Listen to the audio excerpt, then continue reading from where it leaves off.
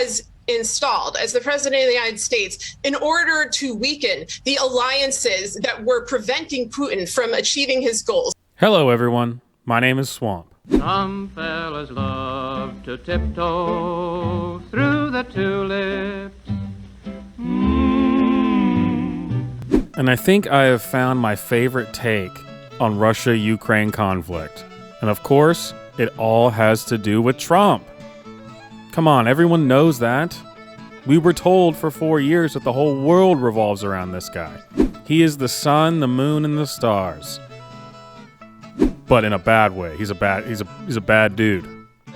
This amazing hot take is from Sarah Kendzior. Kendzior.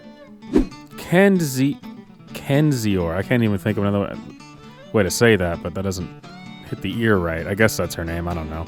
Anyway, she has a PhD and is a scholar of authoritarian states. I'm sure she knows what she's talking about because she also wrote this article, The Plague of Donald Trump. And I think there's going to be a as read by Swamp Johnson coming of this one because, man, these people are just, man, the derangement is just, it's out of control. They really just can't even fathom that Donald Trump exists in the same universe that they do. They just lose it. And so, of course, that being said, this whole Russia-Ukraine thing has to be Donald Trump's fault. It just has to. Even if they didn't know at first how it was his fault, they know that it is. So it's pretty easy to work backwards from the conclusion and find the things that make it sound like you're right. Or make it sound like you are absolutely batshit crazy. Trump was installed as the president of the United States in order to weaken the alliances that were preventing Putin from achieving his goals. Alliances like NATO, our relationship with our European partners, our relationship with Ukraine. So I'll be the first one to admit that I am no expert. I'm talking through a cartoon on the internet. I'm not on MSNBC. I'm not on CNN. I'm not on Fox News. He who shall not be named by these people. But, that being said, considering that I was alive at the time that Trump was president all those years ago, and my memory lasts longer than that of a goldfish, I'm pretty sure everything you just said was about as wrong as you could possibly get wrong about anything. Trump was put in as a bulldozer, and he was also put in, as Malcolm said, as a bulldozer to the Constitution. Oh, get out of here with that. Enough of this. Blah, blah, blah. He's a bulldozer to the Constitution. Since when did your ilk ever care about the Constitution? Let's be honest, okay? Let's stop with the whole playing nice and pretending like we all want the same thing, but there's just different ways to get there. Come on.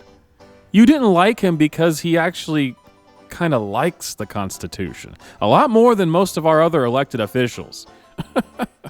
Do you think that she speaks as passionately and as quickly about these same issues when it comes to people on the far left who openly say that they just don't like the Constitution? I mean, I'm not going to look it up, but I'm betting not. As a bulldozer to the Constitution, to our system of checks and balances, to our system of institutional trust. All right, that one I'm going to give you because, yes, people watching what happened with Trump did erode almost all of the institutional trust that the average American had, which was not very high to begin with. I mean, it was pretty much in the gutter for years. But then seeing what happened with Trump, a lot of people were like, whoa, wait, what? I did not see this much of an attack coming from everywhere. I mean, they were spying on him. I mean, this is, yeah, you're absolutely right. 100%. Trump becoming president did erode trust in the institutions. You got that one. and the unwillingness of people in the United States to confront the brokenness of those institutions, whether through financial corruption in recent years or age-old systemic problems. Ooh, she said systemic. How long do you think it's going to be before she follows it up with racism? Those words are just linked for these people. You can't say one without the other. It's like PB&J to them. I mean, it's got to go together. Carrots and peas, cheese on pizza, white on rice. Wait, is that a racism? I don't know. But we are willing to face the problems that are in these systems. It's just that you think the problems are something completely different.